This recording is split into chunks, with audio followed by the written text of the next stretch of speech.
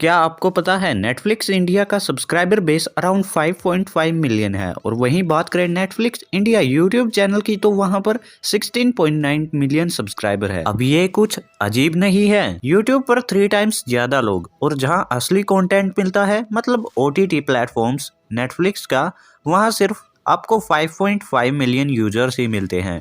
क्या वो पेड है इसलिए इतने कम सब्सक्राइबर? अब एक और शॉकिंग बात बताऊं आपको, डिज्नी प्लस हॉटस्टार पर 36 मिलियन सब्सक्राइबर्स हैं और अमेजोन प्राइम पर अराउंड 19 मिलियन जो पेड यूजर्स यूट्यूब पर नहीं है। तो ऐसा क्या है नेटफ्लिक्स में जो वो इतना पीछे है?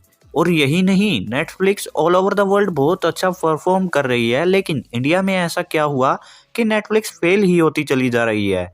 लास्ट ईयर नेटफ्लिक्स ने around $17 billion original content creation के लिए पैसे इन्वेस्ट किए थे, लेकिन फिर भी इंडिया जैसी diverse and easily handling country में वो अपनी जगह नहीं बना पा रही है। Read Hastings CEO of Netflix जो खुद फ्रस्ट्रेटेड है कि इंडिया में क्या है ऐसा कि वो ग्रो नहीं हो पा रहे हैं इतना ज़्यादा। तो आज इसी के बारे में बात करने वाले हैं कि कैसे नेटफ्लिक्स ग्रो कर सकती है और कैसे वो सर्वाइवल करने के लिए मुश्किलों का सामना करना पड़ रहा है नेटफ्लिक्स को इस टाइम। वीडियो पसंद आए तो लाइक कर देना और चैनल पर नए हो तो सब्सक्राइब कर देना। नेटफ्लिक्स जनवरी 2016 में स्टार्ट हुआ था और उस टाइम के हिसाब से आपको पता है नेटफ्लिक्स ने USD प्लान्स के लिए मंथली इंडियन में कितना चार्ज किया था? Guess what? So let me tell you, 800 rupees per month. तो समझदार को इशारा ही काफ़ी है, इतना महंगा प्लान कौन लेगा, वो भी एक नई चीज़ के लिए। यही से इसकी डिग्रेडेशन स्टार्ट हो गई और ये तब भी नहीं रुके। अब जाकर इन्होंने 6 साल बाद नेटफ्लिक्स ने इंडिया में प्राइस डाउन किए हैं, जो स्टार्टिंग से होता तो मैं तो तेरे को हरामी समझता था, तो राम निकला रे देव। नेटफ्लिक्स ने प्लान्स बनाए थे कि एक महंगा होगा, एक मिड ईयर, फिर स्टैंडर्ड और फिर मोबाइल के लिए भी प्लान्स बनाए थे। अब कार्ड वगैरह से ही पेमेंट करनी होती थी पहले, UPI का भी ऑप्शन इसमें देखने के लिए नहीं मिलता था। लोगों को ऐसा लगता था कि इतना पैसा, वो भी एक महीने के लिए, और इतना कम कंटेंट इसमें मिलता था, इंडियन का तो नामात्र ही था। तो फिर इसके लिए कैसे पैसे देना? और तब इतना एक्सक्लूसिव कंटेंट भी नहीं मिलता था आपको। ये सबसे बड़ी प्रॉब्लम थी नेटफ्लिक्स के साथ। US और हॉलीवुड मूवीज़ और वेब सीरीज़, वेब शोज़ वहीं ज़्यादा मिलते थे वहाँ पर देखने को।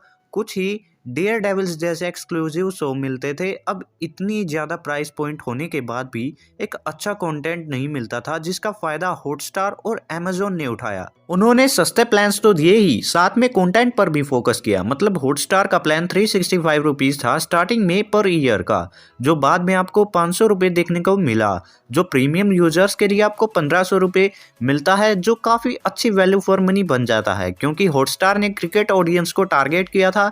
इसलिए इंडिया में सभी मैचेस तो मिलते ही हैं यहाँ पर, साथ में ऑल ओवर द वर्ल्ड के भी मैचेस आप यहाँ देख सकते हैं। इंडिया में सभी क्रिकेट फैंस हैं और इंडिया में जितने क्रिकेट लवर है इतने कहीं और भी नहीं है, जिससे हॉटस्टार सक्सेसफुल हुआ। अमेजन प्राइम की बात करें तो 500 रुपये पर थी ये पहले, फिर 1000 रुपये कर दिया गया।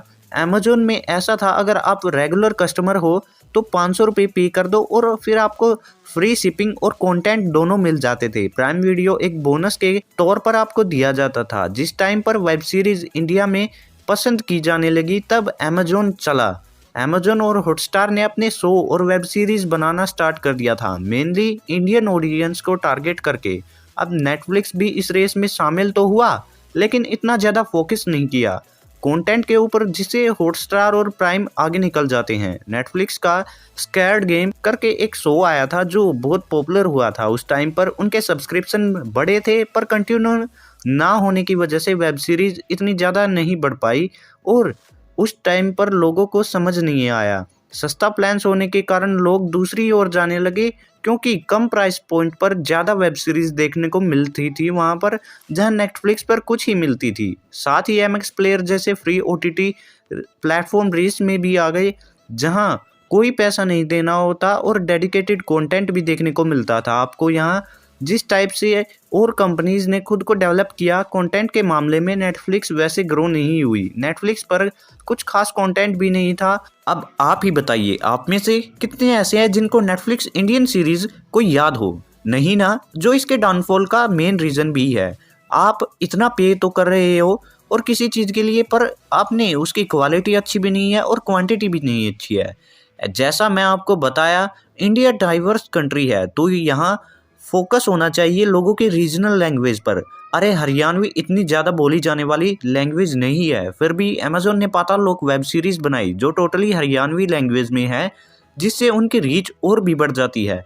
अब कोविड की वजह से जितनी ज़्यादा मूवीज़ OTT पर रिलीज़ हुई हैं, उतनी थिएटर्स में भी नहीं हुई, और यहाँ अमेज़न प्राइम बाजी मार जाता है। सभी best and high and movies prime पर ही चली जाती हैं। नेटफ्लिक्स यहाँ भी पीछे रह जाता है। कुछ टाइम पहले नेटफ्लिक्स मोबाइल प्लान भी मिलता था आपको, लेकिन आप इससे सिर्फ फ़ोन में ही चला सकते हो और पर मंथ आपको पेमेंट भी करनी पड़ती थी। अब जाकर आपको UPI का ऑप्शन भी मिलने लगा है यहाँ पर, पहले तो ये भी नहीं मिलता था। और प्राइस डिक्रीज कर दिया गया है क्योंकि इतना हाई प्लान के साथ इंडिया में सर्वाइव कर पाना नेटफ्लिक्स के लिए पॉसिबल ही नहीं था। बहुत हो गई बुराई, अब कुछ अच्छाई की बात करते हैं। थोड़ी तारीफ भी बनती है। जैसे कि मैंने नेटफ्लिक्स पर टॉप AI वाली वीडियो में बता रखा है, ये वेल ऑप्टिमाइज्ड है, और वो वाली वीडियो आपने नहीं देखी है तो जाकर देख सकते हैं। Ultra HD content, device port, advance technology, Dolby vision Atmos, algorithm update, कितनी ही बता लो ख़त्म ही नहीं होगी। इनकी अच्छाई तो बहुत हैं। अब ये नहीं नेटफ्लिक्स बेकार है और तुम मत देखना। नेटफ्लिक्स अच्छा कंटेंट भी बनाती है, रीजनल लैंग्वेज का भी, पर उसकी क्वालिटी और क्वांटिटी इतनी ज़्यादा लिमिटेड है। नेटफ्लिक्स इंटरनेशनल कंटेंट प्रमोट ज़्यादा करती है। कैसे? स्क्विड गेम, मनी हाइस्ट, जो बहुत बड़े ब्लॉकबस्टर हैं। इंडियन लिटरली पागल है इन सब के पीछे। K-pop इंडिया में बहुत फेमस है, जिनके पास ज़्यादा पैसा जाता है। इंडिया में ना इतना इन्वेस्ट होता है, ना कंटेंट पर फोकस क्यों होता है, इसलिए नेटफ्लिक्स पीछे है। सबसे बड़ी प्रॉब्लम है प्राइसिंग की। जब तक इंडिया में कुछ अफोर्डेबल नहीं हो जाता, इंडियंस उसे नहीं लेते। अब बात करें दूसरे OTT इतने फास्ट ग्रो कैसे हुए, तो सबसे अलग अलग फील्ड में उन्होंने अपनी अपनी फील्ड पकड़ी। जैसे क्रिकेट, आपको पता है इंडिया में क्रिकेट लवर्स का, कुछ ने वेब सीरीज, कुछ ने मूवीज और कुछ ने तो फ्री कंटेंट देना ही शुरू कर दिया। लेकिन नेटफ्लिक्स का फोकस सिर्फ इंटरनेशनल कंटेंट पर ही है। अब G5, MX प्लेयर इसके बेस्ट एग्जांपल है। कुछ चीज़ों में चेंज करना तो होगा, तभी इसका कुछ हो सकता है। आखिर में बात करें यूट्यूब चैनल पर इतना सब्सक्राइबर कैसे है, तो प्रमोशन से। इंडिया के बड़े बड़े यूट्यूबर्स, सेलिब्रिटीज़ को बुलाकर यहाँ पर कंटेंट क्रिएट किया जाता है ताकि उनके ऑडियंस OTT पर जा सके। लेकिन वो लोग यूट्यूब चैनल को सब्सक्राइब कर लेते हैं, OTT तक नहीं जाते, इसलिए उनके इतने ज़्यादा सब्सक्राइबर हैं। आज के लिए बस इतना ही। वीडियो पसंद आई हो तो लाइक करें, चैनल पर नए हो तो सब्सक्राइब करें। और क्या आप सब्सक्रिप्शन लेना चाहेंगे? किस OTT का लेना चाहोगे, उसका नेम कमेंट्स में ज़रूर बताएं। फिर मिलेंगे आपसे नेक्स्ट वीडियो में, तब तक गुड बाय।